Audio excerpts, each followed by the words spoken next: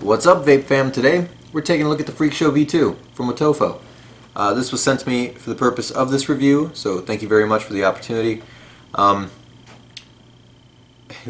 got a lot I want to say about it, but first, let's just jump right in. We'll go up close for the breakdown, see what makes a vape.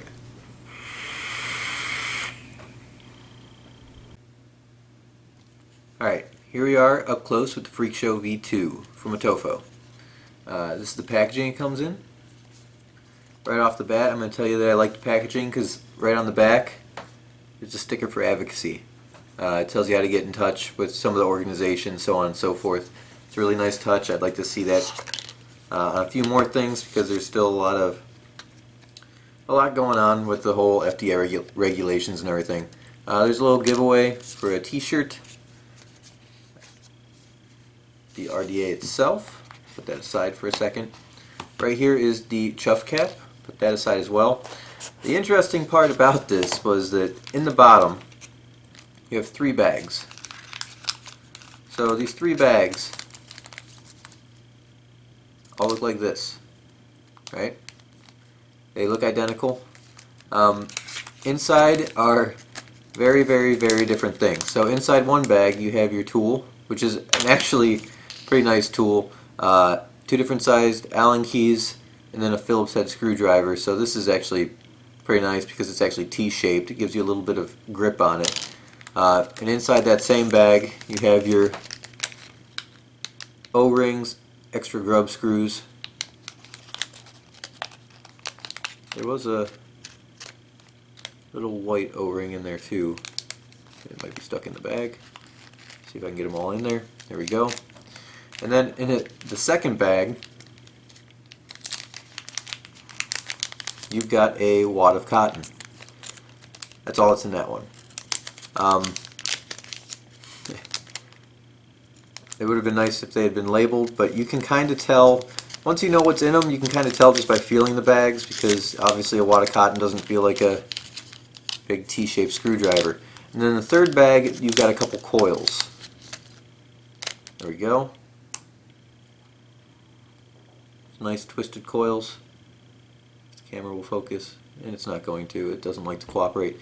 I've got 3 here, so I will put these in, well, 2 of them in, at the end, and we'll see how they vape. I haven't tried them yet. Come on. Come on. Oh, put those aside. And that is it for the box. Now, moving on to the RDA itself. Now, I'm going to tell you right now, I love that 510.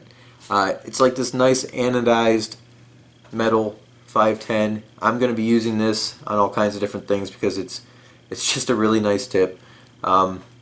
Taking that out, there is the top cap, much like they used to have on the Freakshow, not in function, but with the little fins. You can pop the spacer out. It is double O-ringed. It is contoured. And you can pop your chuff cap right in, like so. Nice and easy, nothing to it. This does have an airflow adjustment ring on it because this does have both bottom airflow as well as side airflow. So as you can see, the holes, 3 on the top, and a bunch on the bottom there. That is so that you can run all your airflow open or close the top row off completely and still have full bottom row airflow. And then you can actually shut that all the way off and just run bottom airflow. Just pop the barrel off. Maybe. Hold on. There it goes. There's the barrel. It does say Freakshow there. It's a little hard to see because it is in black.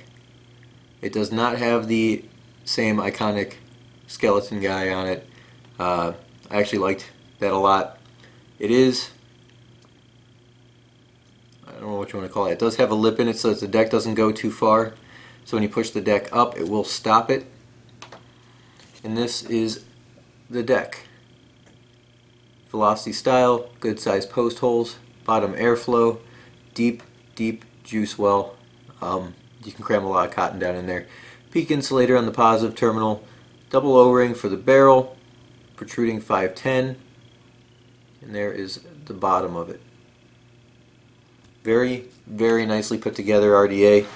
The finish on the barrel, the chuff cap, or not the chuff cap, the airflow control ring and the 510 are just gorgeous. I wish the chuff cap had that same finish.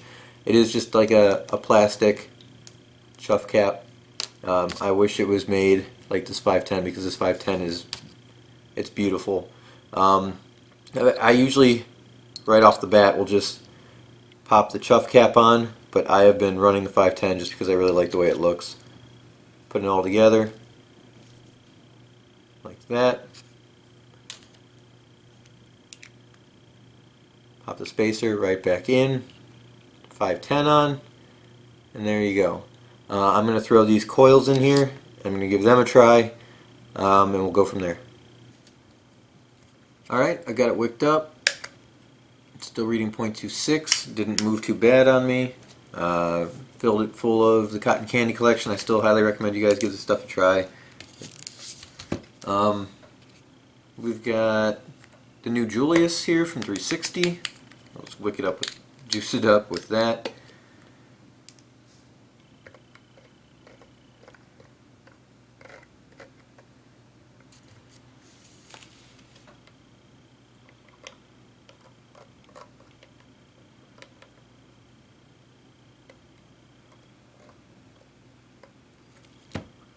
You could probably pour half a bottle down into this juice well.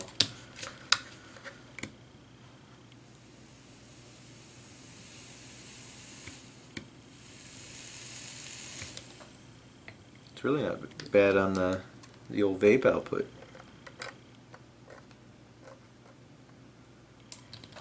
Alright, so shove the barrel on.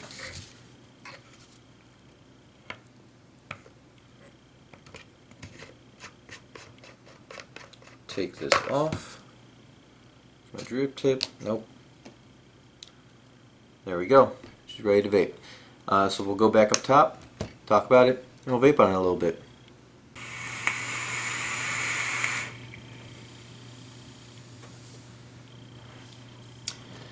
Alright guys, that was the up close and breakdown with the Freakshow V2. If you haven't seen the V1, the V1 is sitting right here. This is the V1, had a little skeleton guy on it. These are the heatsink fins up top. It came with the chuff cap as well as the 510 cap too, but the chuff cap replaced these heatsink fins completely. You can see how thick the walling was on the barrel. So onto the V2.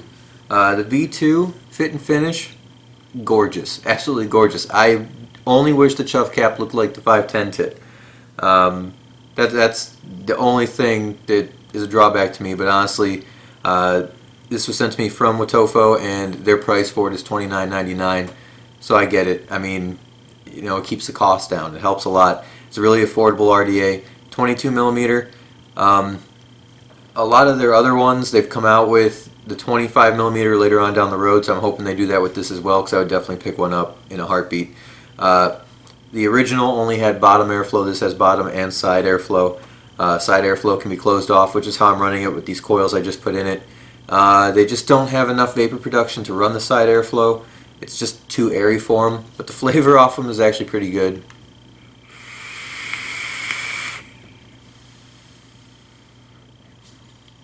Vapor production is pretty good. I'm running it at 70 watts, 0.26, 4.27 volts, and it's vaping really nice. Anywhere from like 50 watts and up worked pretty well. I don't know if I'd go too much higher, maybe up to 80. After that, it starts getting a little bit warm. 70 is a really good sweet spot for these. I'm really enjoying it.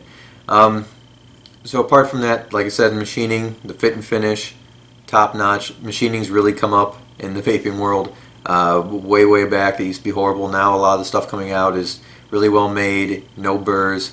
You've got the velocity style deck on this, which is always nice, especially if you're new to it or you like building larger coils. Velocity style deck fits a lot more into a smaller area. I really don't have much bad to say about it. They do have it in silver if you don't like the black finish.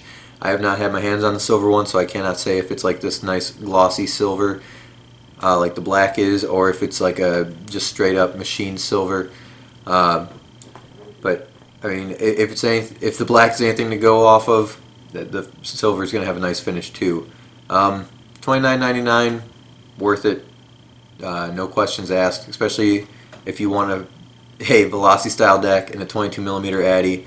I don't know what else to tell you. I can't really beat that price wise. I mean, a lot of clones are going to cost you $20, and most clone Velocity style stuff, you're going to have burrs, you're going to have bad machining, you're not going to have the airflow functionality this thing has.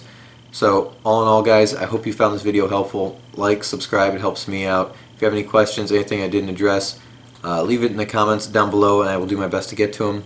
Like always, I hope to see you guys again soon. Till next time, suck, blow, and keep on vaping.